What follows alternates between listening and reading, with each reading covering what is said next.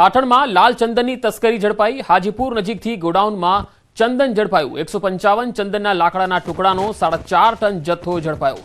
આંધ્રપ્રદેશ પોલીસે 3 લોકોની અટકાયત કરી છે।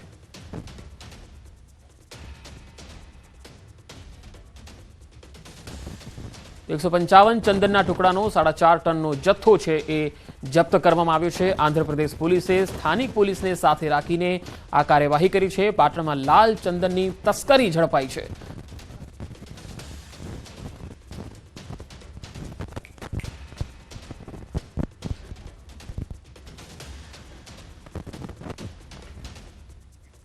વડોદરામાં પુષ્પા ફિલ્મની સ્ટાઇલમાં ચંદનના ઝાડની ચોરી થઈ। પુષ્પા સ્ટાઇલમાં MS યુનિવર્સિટીની હેડ ઓફિસ પાસે 2 ચંદનના ઝાડ કાપીને તસ્કર ટોળકી ફરાર થઈ। જો કે નવાઈની બાબત તો એ છે કે કરોડો રૂપિયાના ખર્ચે સિક્યુરિટીનો કોન્ટ્રાક્ટ અપાયો હોવા છતાં ચોરી થતા ખળભળાટ મચી ગયો। ચંદનચોર પુષ્પાઓ ઝાડને સાચવવાની લોખંડની જાળી તોડી અને ચંદનના ઝાડને ટ્રી કટર વડે કાપી ચોરી કરીને ફરાર થઈ ગયા। જો કે ટ્રી કટરથી ઝાડ કાપવા છતાં સિક્યુરિટી ગાર્ડની ઊંઘ ન ઉડતા સવાલ ઉઠી રહ્યા છે।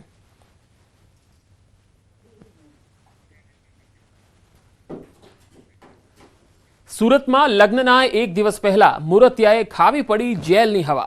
લગ્ન પ્રસંગ માટે બુક કરાવેલા હોલમાં રમાતો હતો જુગાર। વરરાજા અને સંબંધીઓ જુગાર રમતા રંગે હાથે ઝડપાઈ ગયા। વરરાજા નવાઝ શરીફ કાંગડાના આવતીકાલે લગ્ન હતા। રાંદેર વિસ્તારમાં આવેલ ટુંબી હોલમાં જુગાર રમતા હતા। રાંદેર પોલીસે બાતમીના આધારે ટુંબી હોલમાં રેડ પાડી હતી। પોલીસે રેડ કરી એક વરરાજા સાથે 13 લોકોને ઝડપી લીધા।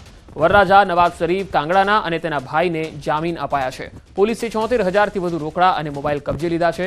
આશરે 2 લાખથી વધુનો મુદ્દામાલ પણ જપ્ત કર્યો।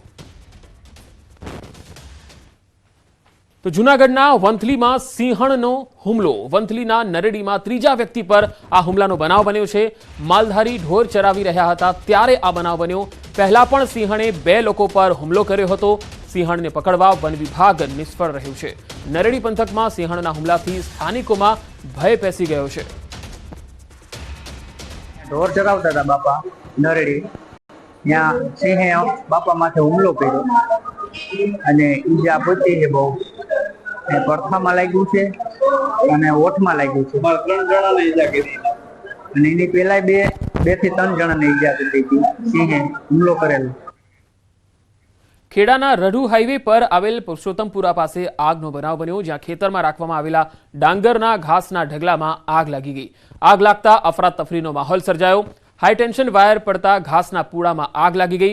નડિયાદ ફાયર અને MGVCLની ઇમરજન્સી ટીમ ઘટના સ્થળે પહોંચી 2 કલાકની જહેમત બાદ આગ પર કાબુ મેળવાયો હતો। હાલ ઘાસના પૂડામાં લાગેલી આગ બુઝાવવાના પ્રયત્નો તેજ કરવામાં આવ્યા। આશરે 15 લાખ રૂપિયાની કિંમતની ઘાસ આગમાં બળીને ખાખ થઈ ગઈ। વડોદરાના તરસાલી ધનિયાવી રોડ પર સ્ક્રેપના મેદાનમાં આગ લાગી ગઈ। આગ લાગતા અફરાતફરીનો માહોલ સર્જાયો હતો।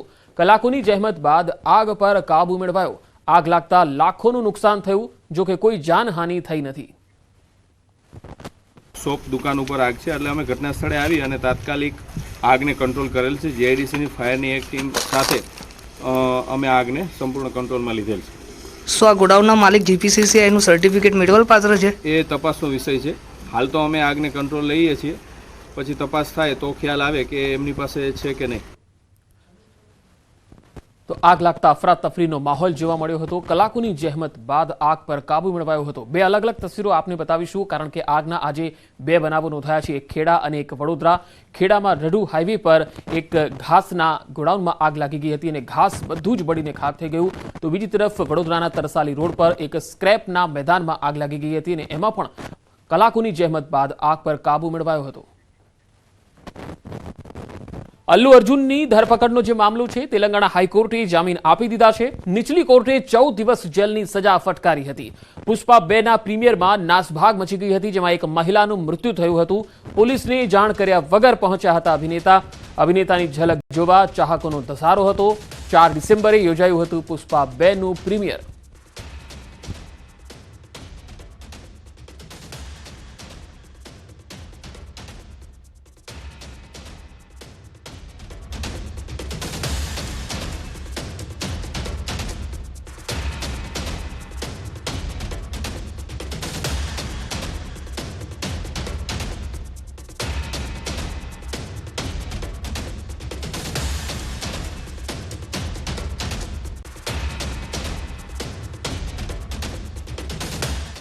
સહકાર મંત્રી જગદીશ વિશ્વકર્મા મહેસાણા સર્કિટ હાઉસ પહોંચ્યા. ભાજપ નેતાઓ સાથે બંધ બારણે મીટિંગ કરી. સ્વાગત માટે બુકે આપતા ટકોર કરી. સ્વાગત માટે લાવેલા બુકે અંગે ટકોર કરી હતી. બુકેના ખર્ચા બંધ કરવા તેમણે ટકોર કરી હતી.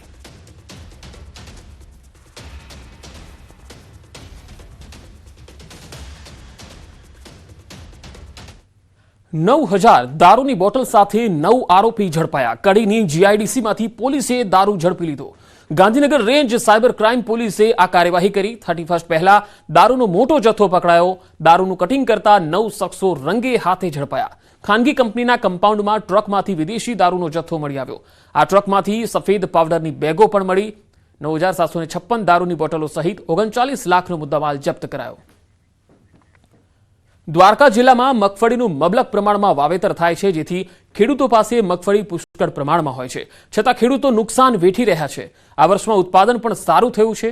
ખંભાળિયાના માર્કેટયાર્ડ ખાતે મગફળીના ભાવ નથી મળી રહ્યા અને આવકમાં વધારો હોવાના કારણે માર્કેટયાર્ડમાં નવી આવક 3 દિવસ પૂરતી બંધ કરવામાં આવી છે. બીજી તરફ ગયા વર્ષે મગફળીના ભાવ 1300 થી 1400 હતા, પરંતુ આ વર્ષે મગફળીના ભાવ 800 થી 1000 સુધીના થઈ જતા એક મણ દીઠ 400 થી 500 રૂપિયા સુધીની ખોટ આવી રહી છે. આ તરફ ટેકાના ભાવ 1358માં એક મણની ખરીદી થાય છે. વધારાની મગફળી ખેડૂતોને માર્કેટયાર્ડમાં જ વેચી દેવી પડે છે અને ટેકામાં જે મગફળીની ખરીદી કરવામાં આવે છે તેના રૂપિયા પણ મોડા આવે છે, જેથી ખેડૂતોને બધી જગ્યાએથી નુકસાન વેઠવાનો વારો આવે છે. ભાવ તો આવવા જોઈએ ને. આજ ટેકામાં ભાવ વધુ અને અહીંયા ભાવ વધુ અમને ના આવે. અને ટેકામાં તો 200 મણ માંડવી સંભાળે. હવે માંડવી થયું 400 મણ, તમારે 200 મણ ક્યાં નાખવા જાવી? હવે આમાં 800 થી 1000 રૂપિયા ભાવ છે, તો અમારે આ કપાવવું ને 4 કોરથી. મગફળીની આવક પુષ્કળ છે, ઉતારવાની ક્યાંય જગ્યા નથી. એની સામે સંતોષકારક ભાવ મળતો નથી. અત્યારે 800-900 મગફળીનો ભાવ છે, એની સામે તેલના ડબ્બાનો ભાવ 2500 થી 3000 છે. ભાવ થાય છે બધા 800 રૂપિયાથી કરીને 1000 રૂપિયા સુધીના ભાવ થાય છે. વેચવી ફરજિયાત છે. ટેકામાં લખાવ્યા છે પણ વારો આવતો નથી. ધીમે ધીમે એના રજીસ્ટ્રેશન થયા છે એ પ્રમાણે વારો આવે છે અને 200 મણ મગફળી લે છે ટેકામાં. તો સરકાર આમાં કંઈક ધ્યાન દે. ખેડૂતને બિયારા અને ખેતીની સિઝન ચાલુ છે એટલે ખાતર બિયારા લેવાની જરૂર પડે, એટલે તાત્કાલિક ખેડૂતને ભાવ મળે એવું સરકાર કંઈક ધ્યાન દે અને બહાર કંઈક નિકાસની વ્યવસ્થા કરે. ભાવ સારો છે, 1358 રૂપિયા જેવો ભાવ છે. પણ ત્યાં A1 ક્વોલિટીનો જે માલ હોય, કે જે સારું માલ હોય એ ત્યાં પાસ થાય છે, બાકી માલ બધા રિજેક્ટ થાય છે. અને એક ખાતામાં માત્ર 200 મણ જ મગફળી લેવામાં આવે છે, જેની સામે ઉત્પાદન સારું છે તો ખેડૂતોને બીજી મગફળી ફરજિયાત માર્કેટમાં વેચવી પડે છે. પણ અત્યારે ભાવ